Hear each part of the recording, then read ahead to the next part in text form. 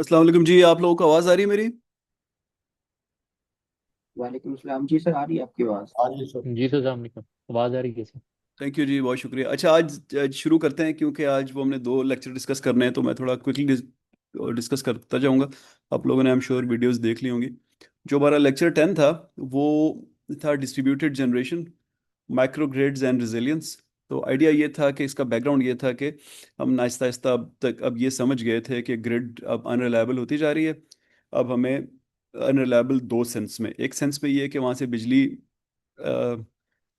कभी आती है कभी नहीं आती, उसकी क्वालिटी भी ऊपर नीचे होती है, उसकी प्राइसेस भी बहुत ज़्यादा हैं। एक ये सेंस हो गया। और दूसरा सेंस ये कि हमने अब दुनिया को रिपोर्ट करना है कि हम कार्बन फुटप्रिंट हमारा कम है। अब ग्रिड वाले जो हैं वो पेट्रोल से बिजली बनाते जा रहे हैं, तो हमें अब दुनिया को चीज़ें बेचने में मुश्किल होती जा रही है कि हम तो जो हमने एमिशंस की बात की थी, स्कोप 1 मेरी अपनी एमिशन, स्कोप 2 ग्रिड की एमिशन, स्कोप 3 मेरे सप्लाई चेन पार्टनर्स की एमिशन। तो स्कोप 2 में हमें लॉस हो रहा था क्योंकि ग्रिड वाले डीजल से और गैस से वगैरह से ज़्यादा बिजली बना रहे थे। तो इन दोनों सेंस में अब उन पे रिलायंस आहिस्ता आहिस्ता लोग कम कर रहे हैं और अपनी या अपने करीब जनरेशन्स पे, माइक्रो ग्रिड्स पे रिलाय कर रहे हैं। तो सेंट्रलाइज वर्सेस डिसेंट्रलाइज्ड की हमने बात की थी कि ग्रिड पे जाना और डिस्ट्रीब्यूट करना, यानी छोटी ग्रिड्स या अपने पास ही जनरेट करना। डिस्ट्रीब्यूटेड जनरेशन है क्या? इसमें हमने कहा था कि आपके पास जो कॉमन टेक्नोलॉजीज हैं वो ये है कि रूफटॉप लगा लिया, सोलर पीवी सिस्टम्स, या गैस के जनरेटर्स लगा लिए जो ज़ाहिर है कम कार्बन इंटेंसिव होते हैं, सस्ते भी होते हैं। इस तरह सीएचपी प्लांट्स, आइडिया ये है, बड़ी बड़ी बात सीएचपी प्लांट की कि आप जहाँ पे जहाँ पे आप किसी चीज़ को जला के हीट हासिल करते हैं तो उस हीट को हवा में ना जाने दें, बल्कि उसको रीयूज़ करें। जिस तरह टर्बो गाड़ियों में टर्बो का एक कॉन्सेप्ट है ना, कि गाड़ी से जनरेटेड हीट को ही बार बार इस्तेमाल करके मुख्तलिफ सिस्टम चलाएं, तो उस तरह की टेक्नोलॉजी इस्तेमाल होती हैं। और इसमें आपको फ़ायदा ये होता है कि आपको ऑपरेशनल कंट्रोल आ जाता है, और ग्रिड को उन्हीं दो रीजंस की वजह से जो मैंने आपको बताया, एक्सपोजर कम हो जाता है। तो उसकी इकोनॉमिक्स में तीन चीज़ें हमने देखी थी। एक कॉस्ट कंपैरिजन, ये तभी लॉजिकल बनती है जब ये सस्ती हो, या कम से कम लाइफ साइकिल पे सस्ता, पूरी लाइफ की कॉस्ट पे सस्ती हो। इसी तरह फ्यूल कौन सा इस्तेमाल हो रहा है, इसी तरह फाइनेंशियल मेट्रिक्स के हम देखें कि ये कितने साल में अपने पैसे पूरे कर देगी। तो मैंने आपको बताया था कि बहुत सारे ऑर्गेनाइजेशंस कहती हैं कि हमारा रिटर्न ऑन इन्वेस्टमेंट 15-20% होगा तो हम ये काम करेंगे, वरना नहीं करेंगे। तो ये फिर ग्रो इसलिए हो रहा है कि ग्रिड महंगी होती जा रही है, ग्रिड की रिलायबिलिटी के इश्यूज हैं, टेक्नोलॉजी अब सस्ती होती जा रही है, बैटरी खरीदना आसान है, सोलर बहुत सस्ता हो गया। इसी तरह चौथी चीज़ के सस्टेनेबिलिटी प्रेशर्स, अब ग्रिड वाले जो हैं वो हमें मैच नहीं कर सकते इस चीज़ में कि उनका कार्बन फुटप्रिंट कम हो। फिर माइक्रोग्रिड्स क्या हैं, इसको हमने देखा। आइडिया ये है कि आपके पास एक अपना सिस्टम है जिसमें आप जनरेट भी खुद कर रहे हैं, स्टोर भी कर रहे हैं, आप अपने लोड्स को भी मैनेज कर रहे हैं, और आपके पास एक सॉफ्टवेयर भी है जिससे आप उसको मैनेज कर रहे हैं। तो दो ऑपरेटिंग मोड्स हमने पढ़े थे, एक ग्रिड कनेक्टेड मोड, यानी ग्रिड से भी बिजली ली, अपनी भी बिजली चल रही है, तो जो अच्छी जिस वक्त लगी कॉस्ट पॉइंट ऑफ व्यू से, या इस पॉइंट ऑफ व्यू से कि हम किसी थ्रेशोल्ड को क्रॉस ना कर लें जिससे हमें पेनल्टी पड़नी शुरू हो जाए, तो उस हिसाब से हम देखते हैं कि कहाँ से बिजली लें। और आइलैंड मोड का मतलब है कि टोटली इंडिपेंडेंट आप जो है अपने माइक्रो ग्रिड को चलाएं। तो इसमें स्टोरेज का रोल बड़ा क्रिटिकल हो जाता है। अब जो बड़ी बड़ी बातें हमने डिस्कस की थी उनमें ये था कि स्टोरेज है, ज़ाहिर है, जहाँ पे आपको एक तरफ इंडिपेंडेंस देती है, वहाँ पे स्मूथ ट्रांजिशन भी देती है, और ये आपको वोल्टेज कंट्रोल और फ्रीक्वेंसी कंट्रोल भी बहुत अच्छा देती है। तो ट्रेड ऑफ क्या था कि सेंट्रलाइज्ड ग्रिड होगी तो मसला ही कोई नहीं है, बस उधर से एक ट्रांसफार्मर से तार आई, आपके मीटर में आई, आप बिजली इस्तेमाल करें, मीटर पे जितने पैसे आए वो पैसे दे देंगे, हमारा कोई टेंशन ही नहीं है। दूसरी तरफ आपका माइक्रोग्रिड सिस्टम है एक्सट्रीम पे, कि बहुत महंगा आपने सिस्टम लगाया, लेकिन ये है कि आप आपकी रेजिलियंस बहुत बढ़ गई है, और एंड यू आर इंडिपेंडेंट। और बीच में फिर एक कह लें कि मिडिल ग्राउंड है कि डिस्ट्रीब्यूटेड जनरेशन इस्तेमाल करें, आपके पास पार्शियल कंट्रोल आ जाएगा, और आहिस्ता आहिस्ता फिर आप डिसाइड कर सकते हैं कि आपके लिए क्या अच्छा है। तो आप डिपेंड करता है कि आप कितनी आउटेज इस्तेमाल अफोर्ड कर सकते हैं। आपकी क्रिटिकल रोड रिक्वायरमेंट्स कुछ ऐसी तो नहीं है कि बिजली गई तो सब कुछ बर्बाद हो जाएगा, और आपकी फाइनेंशियल कैपेसिटी है कि नहीं माइक्रो ग्रिड्स में इन्वेस्ट करने की।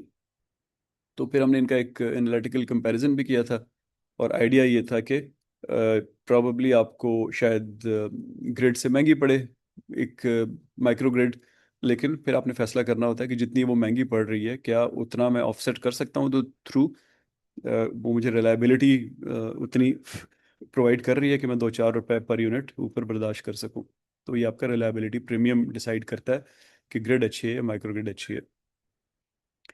फिर इसकी हमने डिस्पैच लॉजिक समझी थी, ये भी एक कॉमन सेंस की बात थी कि उस चीज़ को इस्तेमाल करें जो सस्ती पड़ती हो या कार्बन फुटप्रिंट जिसका कम हो। इसमें हमने दो चीज़ें पढ़ी थी, एक cost minimisation, basic trade off क्या था कि पैसे कम से कम करने, और दूसरा फर्म अवेलेबिलिटी यानी रिलायबिलिटी उसकी ज़्यादा हो। फिर इसी तरह हमने इसकी एक क्वांटिफिकेशन भी की थी, जिससे हमें पता चलता था कि आपकी आउटेज से आप अगर अपने आप को बचा लें तो ओवरऑल आप कितनी सेविंग करते हैं। ये इस तरह की एक स्लाइड तकरीबन आपको हर लेक्चर में नजर आई होगी जहाँ पे क्वांटिफिकेशन की बात हो रही है। तो आइडिया ये है कि आप ये सब इसलिए है कि आप अपनी जहाँ पे आप काम कर रहे हैं वहाँ पे इन चीज़ों को प्रैक्टिस कर सकें। एक छोटी सी एग्जांपल आपके सामने आ गई, आप अपने डेटा लेके उसको देख लें, आप किसी को दिखा सकेंगे कि देखें हमने पिछले साल ये किया, इस साल ये किया, इतनी बिजली गई, इतने हम कर सकते थे, वगैरह वगैरह। तो इस तरह की स्लाइड आपको तकरीबन हर लेक्चर में मिलती है, मकसद उसका ये होता है। फिर हमने आखिर में पढ़ा था एंसिलरी सर्विसेज मार्केट, और इसका कॉन्सेप्ट क्या था कि पहले आप खाली बिजली बेचते थे या खरीदते थे, उसी के लिए आपको पैसे मिलते थे। अब ग्रिड की स्टेबिलिटी एक बहुत इंपॉर्टेंट चीज़ है जिसके लिए आपको पैसे मिलते हैं या आप पैसे देते हैं। तो अपनी माइक्रोग्रिड बनाना भी एक तरह से आप समझें कि आप एक एंसिलरी सर्विस आपने ले ली ना, क्योंकि आप चाहते हैं आपकी फ्रिक्वेंसी अच्छी हो, कंट्रोल अच्छी हो, वोल्टेज अच्छी हो, आप ब्लैकआउट ना हो, वगैरह वगैरह। तो इसी तरह अगर आपकी माइक्रोग्रिड बहुत अच्छी है तो आपको फिर जो डिस्कोज होती हैं या जो यूटिलिटी होती है वो आपको उसके पैसे देती है, चाहे आप उसको बिजली ना भी दें, सिर्फ कनेक्ट होने के वो आपको पैसे देती है, क्योंकि आप उसको स्टेबलाइज करते हैं, आप उसको ब्लैकआउट से निकाल सकते हैं, आप उसकी फ्रीक्वेंसी और वोल्टेज को स्टेबल रख सकते हैं, आपके पास रिजर्व्स होते हैं जो अगर उसको चाहिए हो तो आप फ़ौरन चला देंगे, वगैरह वगैरह। और इसकी स्ट्रेटेजिक इम्प्लीकेशन क्या है? एनर्जी अब एक स्ट्रेटेजिक एसेट है। हब में हाइब्रिड सिस्टम अप्रोच की तरफ सारी दुनिया जा रही है, उसमें स्टोरेज लेके आ रही है। इसी तरह एवेल्यूएशन करनी है आपने तो इंटीग्रेटेड लेवल पे होनी चाहिए, इंडिविजुअल चीज़ की नहीं होनी चाहिए। यानी सिर्फ ये नहीं देखना कि कितने का प्लांट लगा, बल्कि ये देखना है कि ओवरऑल अब वो मेरे एक एनर्जी सिस्टम में क्या कंट्रीब्यूट कर रहा है और कितने साल तक कंट्रीब्यूट करता रहेगा। और आखिर में सिस्टम ऑप्टिमाइजेशन बहुत ज़रूरी है, क्योंकि अब एक कॉम्प्लिकेटेड सिस्टम बनता जा रहा है। अब सिर्फ ये नहीं है कि बिल आया मीटर से देख के, अभी कॉम्प्लिकेटेड सिस्टम है तो उसको उसी तरह मैनेज करना होगा। तो यही हमारे मोर और लेस यही हमारे की टेक अवेज थे। तो ये था जी लेक्चर 10। आपके कोई सवाल हैं तो मुझे बताएं, वरना फिर हम लेक्चर 11 पे चलते हैं। सर एक छोटा सा क्वेश्चन था, ये जो micro grids plus distributed generation, जी जी। Micro grid is probably sir AI and software controlled है, लेकिन डिस्ट्रीब्यूटेड जनरेशन वो फिर सिंपल है बिल्कुल, हाँ, ये ऐसा ही है या उसके उसमें? बीच का, बिल्कुल इसके बीच का रास्ता कह लें, बिल्कुल। डिस्ट्रीब्यूटेड जनरेशन का मतलब है कि आप एक थोड़ी सी एडिशन इसमें ये कर लें कि डिस्ट्रीब्यूटेड जनरेशन उसको भी कहते हैं जो आप अपने करीब कराब से भी बिजली खरीद रहे हो ना। बहुत सारी इंडस्ट्रियल जोन्स में अभी बड़ा कॉमन है पाकिस्तान में कि लोग, जिन लोगों ने जनरेटर लगाया हुए हैं बड़े बड़े, वो साथ वाली फैक्ट्रियों को भी देते रहते हैं, तो डिस्ट्रीब्यूटेड में वो भी शामिल हो जाता है। ठीक है सर, ठीक है। ये असल में समझने में थोड़ा सा बहुत माइनर सा समटाइम्स डिफरेंट लगता है ना सर, इस वजह से पूछा। जी जी, बिल्कुल ऐसा ही है, बिल्कुल ऐसा ही है कि ये उन दोनों का मिक्सचर सा कह लें, दोनों का है बिल्कुल।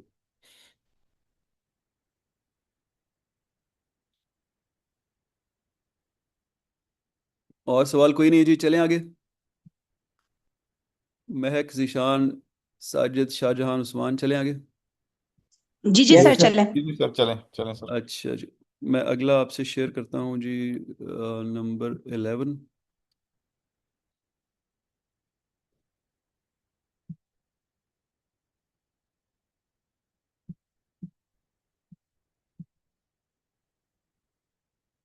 अच्छा जी, तो अब हम एक कदम उससे और आगे जाते हैं। जो हमने 10 में बात की थी, वो कह लें कि हमने अपनी मैनेजमेंट की बात की थी कि अब हम अपना खर्चा भी कम कर सकेंगे, एक दूसरा अपना कार्बन फुटप्रिंट कम कर सकेंगे, दो रिलायबिलिटी अब हमारी ज़्यादा हो गई है। तो अब ये हमने तो कर लिया, लेकिन अगर हमसे कोई पूछेगा कि तुम्हारा कार्बन फुटप्रिंट कितना है, तो क्या हम उसको रिलायबली बता सकते हैं कि कितना है? क्योंकि आगे यूरोपियन मार्केट्स में तो वो डॉक्यूमेंटेशन मांगते हैं ना, आपने कर तो लिया लेकिन वो कैसे होगा, तो ये उसी पे बिल्ड करके ये वाला लेक्चर उसको एड्रेस कर रहा था।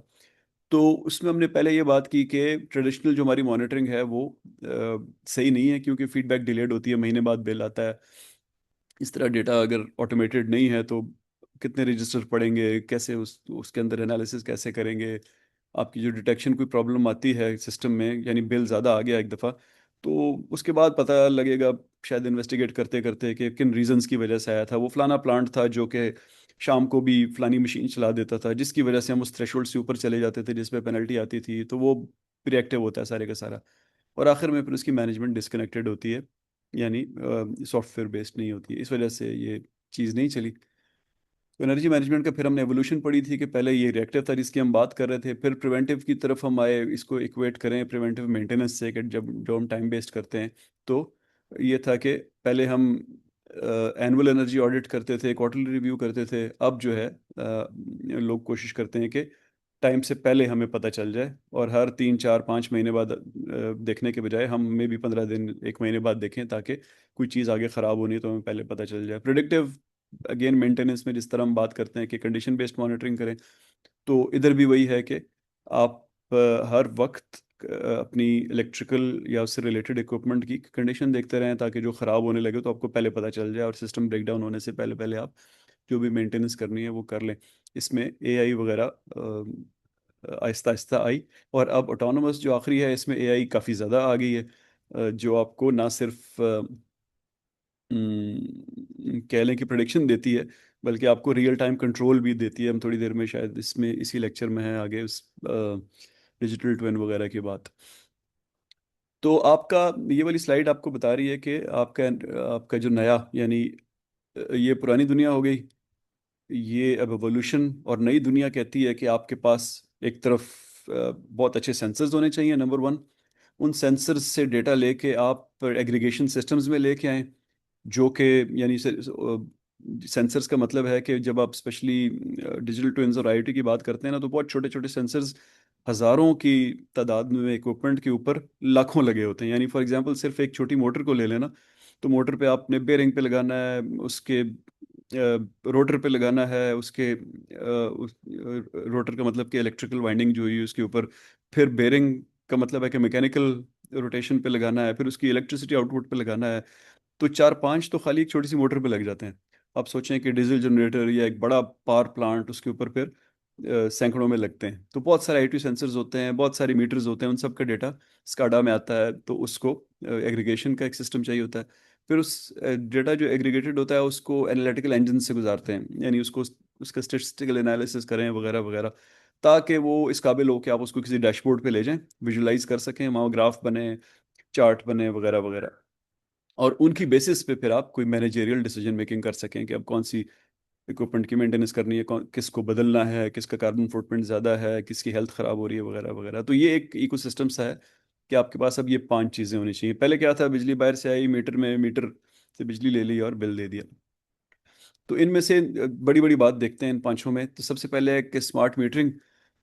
इसमें हमने कहा कि हमें मशीन लेवल पे सब मीटरिंग अब बिल्ट इन आनी शुरू हो गई है। मैंने आपको एग्जांपल शायद दी थी शिप्स के ऊपर के। शिप्स में अब ऐसे सिस्टम आ रहे हैं कि जो भी हमारी इक्विपमेंट होती है उसके अंदर ही उसका इलेक्ट्रिसिटी मीटर भी होता है, तो उसके लिए अलग मीटर बाजार से खरीदने की या अपना नेटवर्क लगाने की ज़रूरत नहीं होती। इसी तरह जो एयर कंडीशनिंग के सिस्टम्स होते हैं उनको मॉनिटर करना, इस तरह ऑक्यूपेंसी सेंसिंग के बिल्डिंग में लोग हैं या नहीं हैं, कितने हैं, या बिल्डिंग में मशीन चल रही है कि नहीं चल रही, तो उसी हिसाब से बिजली, एचवैक सिस्टम्स और जो भी यूटिलिटीज़ के सिस्टम्स हैं उनको बंद या ऑन करते हैं। ये यूरोप में बहुत पुराना है, लेकिन अब हमारे पास भी आना शुरू हो गया। और इसी तरह इन्वायरमेंटल मॉनिटरिंग, यानी टेम्परेचर, ह्यूमिडिटी, एयर क्वालिटी वगैरह को ऑप्टिमाइज़ करना। तो बहुत सारी चीज़ों के लिए स्मार्ट मीटर्स और आईओटी अप्लायंसेस आप लगाते हैं। फिर एनर्जी डैशबोर्ड्स एंड केपीआईज ने आपको क्या क्या चीज़ें देखनी चाहिए, मैनेजर जो है उसको क्या क्या नज़र आना चाहिए। तो ये बड़ी बड़ी बातें लिखी हुई हैं कि आपके पास रियल टाइम ट्रैकिंग होनी चाहिए कि कौन से कितने किलोवाट किस जगह पे खर्च हो रहे हैं। फिर पीक डिमांड की मॉनिटरिंग होनी चाहिए कि वो लेवल क्रॉस ना हो जिसके बाद आपको पेनल्टी पड़नी शुरू हो जाए। जैसे हमने चौथे पांचवें लेक्चर में बात की थी कि पीक डिमांड को अगर आप इसमें दो चीज़ें, एक वो चीज़ जो कि 5 से 10 बजे के दरमियान बिजली इस्तेमाल करना, उसमें पैसे बहुत ज़्यादा लगते हैं। दूसरा, आपका जो यूटिलिटी के साथ कॉन्ट्रैक्ट हुआ हुआ है कि मैं इतने हज़ार किलोवाट इस्तेमाल करूंगा, उससे ऊपर जब आप जाएंगे तो फिर वहाँ पे आपको पेनल्टी पड़ती है। तो उन दोनों चीज़ों को मॉनिटर करना होता है कि वो क्रॉस ना हो जाए। फिर एनर्जी इंटेंसिटी मैट्रिक्स के आपकी जो प्रोडक्शन लाइन है ए बी, इस तरह आपकी एक फैसिलिटी है या फैक्ट्री है ए बी सी, तो उन सबको आपस में नॉर्मलाइज करना कि वो प्रोडक्शन कितनी कर रहे हैं और उसके बदले बिजली कितनी खा रहे हैं। सिर्फ ये नहीं कि बिजली कितनी खा रहे हैं, उसको नॉर्मलाइज भी करना है। फिर इक्विपमेंट की परफॉर्मेंस आपको नज़र आनी चाहिए। और आखिर में एक्सेप्शन अलर्ट्स के कोई आपने जो भी थ्रेशोल्ड सेट किए हुए हैं, ये जो रेड येलो ग्रीन आपको नज़र आ रहा है, तो कोई चीज़ रेड की तरफ तो नहीं जा रही। फिर आपकी बहुत सारी एनालिटिकल एप्लीकेशंस होती हैं, जैसे इनॉमली डिटेक्शन की एप्लीकेशंस होती हैं, उसका काम सिर्फ ये होता है कि आपको अलर्ट्स करना, एसएमएस कर देना, कोई अलार्म बजा देना कि एक कोई प्रॉब्लम होने लगी है सिस्टम के अंदर। इस तरह लोड फोरकास्टिंग के अगर इसी तरह चलते रहे तो तुम्हारी जनरेशन जो है वो 5,000 मेगावाट की है, लेकिन फिर ये तुम्हें अब जुलाई में 8,000 चाहिए होगी। अभी तुम्हारे पास वो कैपेसिटी नहीं है, तो अभी से या ग्रिड से मुआहदा करना है तो कर लो या कोई प्लांट लगा लो। इसी तरह प्रिडिक्टिव मेंटेनेंस आने लगी है, तो ये डिग्रेड हो रही है पुरानी इक्विपमेंट, इसको एड्रेस करो। और आखिर में टैरिफ ऑप्टिमाइजेशन के जो हमने बात की, थ्रेशोल्ड्स की, पीक आवर्स की, और आपकी यूटिलिटी से कॉन्ट्रैक्ट की कि आप इस लेवल से ऊपर नहीं जाएंगे। फिर आपकी जो एनालिटिक्स थे रिग्रेशन बेस्ड, उसमें मैंने ये कहा था कि रिग्रेशन हमें इस काबिल करती है कि हम वेरिएबल चीज़ों को फिक्स चीज़ों से अलग अलग करके देखें। क्योंकि वेरिएबल जो है वो प्रोडक्शन से रिलेटेड होता है, और वो आपको एक तरह से समझें कि अगर वो बढ़ रहा है तो वो आपको पैसे भी दे रहा है। मैं एक कुर्सी बना रहा हूँ और 2 यूनिट लग रहे हैं, तो मैंने 50 कुर्सियाँ बनानी शुरू कर दी हैं, वो 100 के बजाय 110 भी हो गया तो मुझे इतनी तकलीफ नहीं होगी, क्योंकि कुर्सियाँ तो बन रही हैं और वहाँ से पैसे आ रहे हैं। लेकिन दूसरी तरफ जो फिक्स था, उतने ही लोग हैं, और वो ज़्यादा खर्चा करना शुरू हो गए हैं बिजली का, तो वहाँ मुझे ज़्यादा तकलीफ होगी, और उसको एड्रेस करना मैं ज़्यादा इंपॉर्टेंट समझूंगा। तो इन दोनों चीज़ों को, यानी फिक्स लोड और वेरिएबल को अलग करना, उस चीज़ से आप आगे देखें तो एक्टिविटी और एफिशिएंसी को अलग करना, यानी फिक्स्ड से एक्टिविटी आ जाएगी, वेरिएबल से एफिशिएंसी आ जाएगी। 100 दो चीज़ें बना रहे हैं, एक चीज़ बना रहे हैं 2 किलोवाट, 100 चीज़ें बना रहे हैं तो फिर 200 से ऊपर नहीं जाना चाहिए, बल्कि चूंकि उसमें वॉल्यूम का इफेक्ट आ रहा है, तो वो फिर एवरेज 1.5 के करीब आ जानी चाहिए। तो उसको एनालाइज करना रिग्रेशन से। और फाइनली नॉर्मलाइजेशन, जिसके बारे में हम बहुत सारी हमने बात की पिछले 2-3 लेक्चर्स में। तो इस सारे के लिए फिर मैंने आपको बताया कि यूएस डिपार्टमेंट ऑफ एनर्जी जो है, उसने एक फ्रेमवर्क बनाया हुआ है जिसको मेजरमेंट एंड वेरिफिकेशन फ्रेमवर्क कहते हैं, IPMVP, इंटरनेशनल परफॉर्मेंस एमएनवी प्रोटोकॉल, जो कि आपको बताता है कि मेजरमेंट के मुख्तलिफ स्टैंडर्ड्स क्या होते हैं। पार्शल का मतलब था कि कुछ की पैरामीटर्स को करें, बाकी को एस्टिमेट करें। फुल का मतलब था कि 100% करें, जो ज़्यादातर यही होता है इंडस्ट्री में।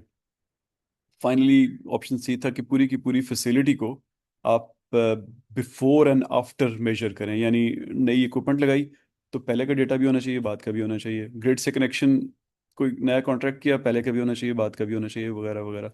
और सिमुलेशन के बारे में हमने बात की थी कि इसमें रियल डेटा नहीं होता, बल्कि इसमें आप सिमुलेट करते हैं मुख्तलिफ रिग्रेशन मॉडल्स के थ्रू, जो आपको बताता है कि वोल्टेज 4 डिग्री 4 वोल्ट बढ़ गई, फ्रीक्वेंसी 2 साइकिल्स कम हो गई, लोड इतना बढ़ गया, तो ओवरऑल कंजम्पशन कितनी बढ़ जाएगी। मुख्तलिफ सिमुलेशंस आपको दे के फिर आपको ऑप्टिमाइज करने की वहाँ से स्ट्रेंथ मिलती है। या इसी तरह यहाँ पे एक जो मैंने बताया था डेटा की स्लाइड, एक डेटा की स्लाइड हमने देखी। मकसद अगेन वही है कि आप अपने काम पे इस तरह की चीज़ें कर सकें। इंपॉर्टेंट चीज़ हमने यहाँ देखी थी कि सेविंग्स को परसिस्टेंट होना चाहिए, क्योंकि लोग पुराने रास्तों पे चले जाते हैं, पुरानी आदतों की वजह से मेंटेनेंस टाइम पे नहीं कर पाते हैं, प्रोसेस चेंज होते रहते हैं। तो हर वक्त इन चीज़ों को मॉनिटर करना ज़रूरी होता है, ताकि आप जो भी आपके जहन में एक थ्रेशोल्ड है कि हम उससे नीचे नहीं जाएंगे परफॉर्मेंस में, वो कायम रहे। फिर एआई और डिजिटल ट्विन्स की बात की थी। एआई के बारे में आप लोग सब बहुत अच्छी तरह जानते हैं। आइडिया ये है कि आप फोरकास्टिंग कर सकें बहुत अच्छी तरह। डिजिटल ट्विन क्या होता है कि आप किसी भी फिजिकल सिस्टम का मुख्तलिफ सेंसर्स लगा के एक डिजिटल रेप्लिका क्रिएट करते हैं। जैसे फॉर एग्जांपल एक जहाज़ उड़ रहा है आसमान में, तो आपने उसके गैस टरबाइंस के ऊपर, उसके केबिन में टेम्परेचर, ह्यूमिडिटी, प्रेशर वगैरह के पॉइंट ऑफ व्यू से, लाइटिंग के पॉइंट ऑफ व्यू से सेंसर लगा दिए कि आपको हर वक्त पता चलते रहें। इसी तरह उसके विंग्स के जो मुख्तलिफ फ्लैप्स हैं, मुख्तलिफ चीज़ें हैं, उनकी मूवमेंट, इसी तरह टेल पे, इसी तरह और जो भी जितने भी जहाज़ के ऊपर इक्विपमेंट लगी हुई है, उस उससे आप डेटा लिया, एक नेटवर्क के थ्रू आपने ज़मीन पे अपने पास भेजा, यहाँ पे एक मॉडलिंग की, और फ़र्ज़ करें कि आपने किसी सॉफ्टवेयर में एक जहाज़ बना लिया और उसी जहाज़ को वही फीड देनी शुरू कर दी। तो वो जहाज़ जब राइट मुड़ेगा ये भी मुड़ेगा, वो लेफ्ट मुड़ेगा ये भी मुड़ेगा, उसका पंख पर हिलेगा इसका भी हिलेगा, वगैरह वगैरह। तो आपको लाइव उसके सारा का सारा बिहेवियर इधर नज़र आना शुरू हो जाता है। इसको डिजिटल ट्विन कहते हैं।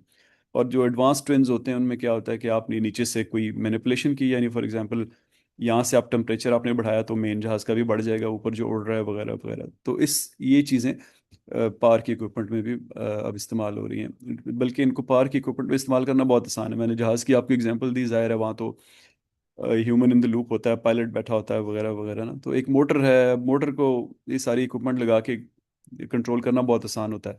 तो अभी आप जहाँ भी देखेंगे यूनिवर्सिटीज़ में, रिसर्च ऑर्गेनाइजेशंस में, जो डिजिटल ट्विन्स अभी तक बन रहे हैं, वो सारे के सारे इसी तरह इलेक्ट्रिकल और मैकेनिकल इक्विपमेंट के बन रहे हैं। अभी ये कॉन्सेप्ट प्रूव हो रहा है, लेकिन आइडिया बहुत अच्छा है।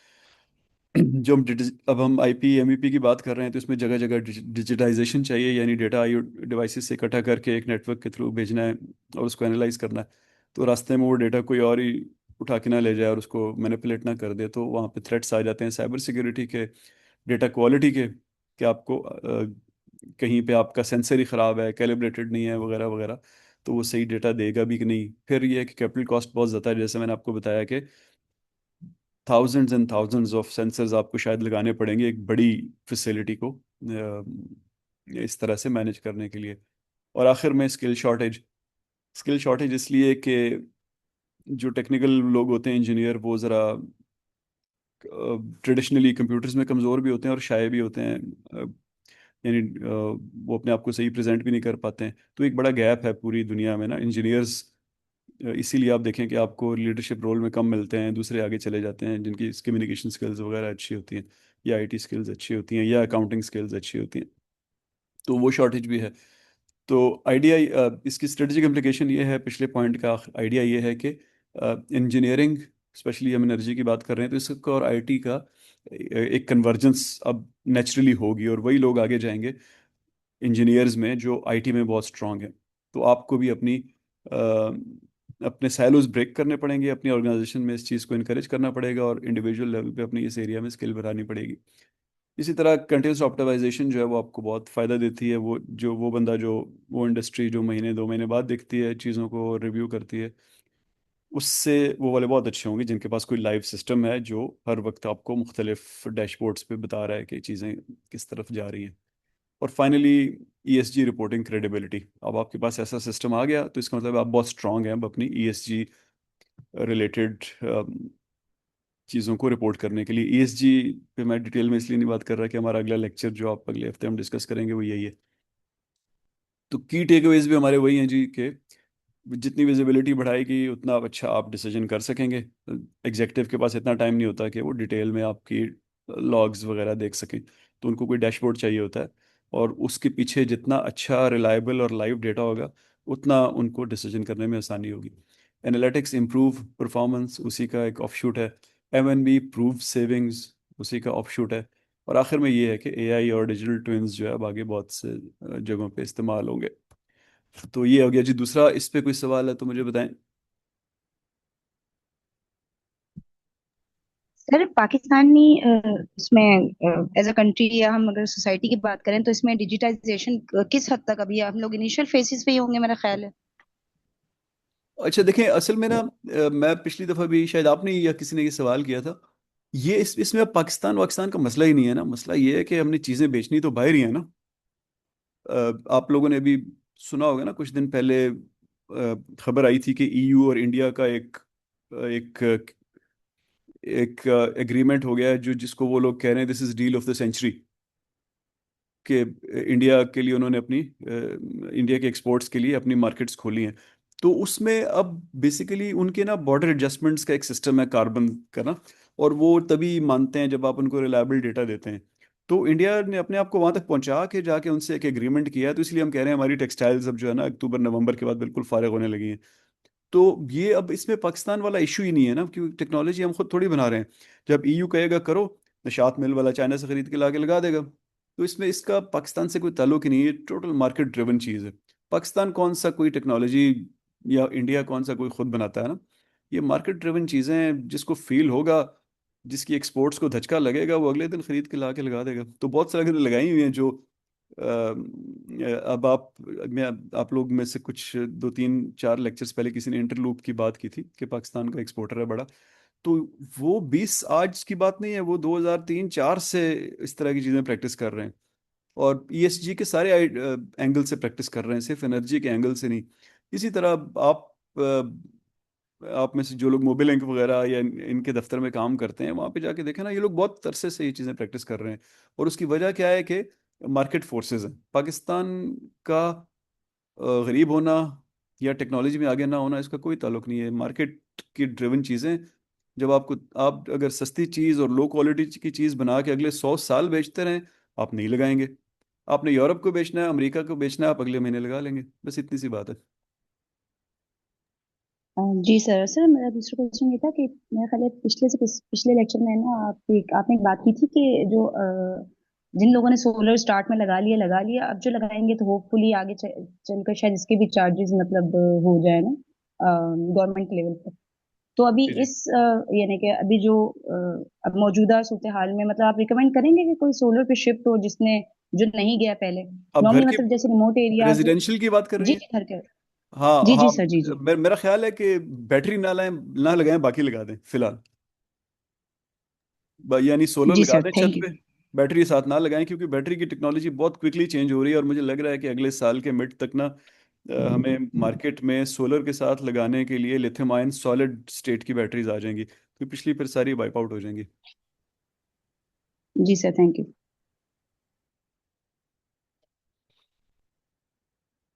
चलें जी, मेरा ख्याल है और किसी का कोई सवाल नहीं है तो छुट्टी करते हैं। अच्छा जी सर जी जी, एक और मैं चीज थी बोल। सर, वो जी जी। पेपर्स कब तक चेक हो जाएंगे? ये फाइनल के साथ ही रिजल्ट आएगा या उससे पहले इसका नहीं नहीं, जो मिड पेपर टर्म मैंने है वो? चेक कर लिए हैं आपके। इस वीकेंड पे ना वो हो रहे हैं, रीटेक एग्जाम हो रहे हैं अभी, शायद जी आज सर। आज हो रहा है अभी ना। तो बस ये आने जी दें मेरे जी। पास तुम्हारे रिजल्ट, ताकि वो नॉर्मलाइज कर दूं, इकट्ठा अनाउंस कर दूं। मैंने चेक कर लिए, जो मुझे मिल गए थे वो मैंने चेक कर लिए। जी सर ठीक है थैंक यू। सर जी जी। अस्सलाम वालेकुम। जी शायद, सवाल सलाम।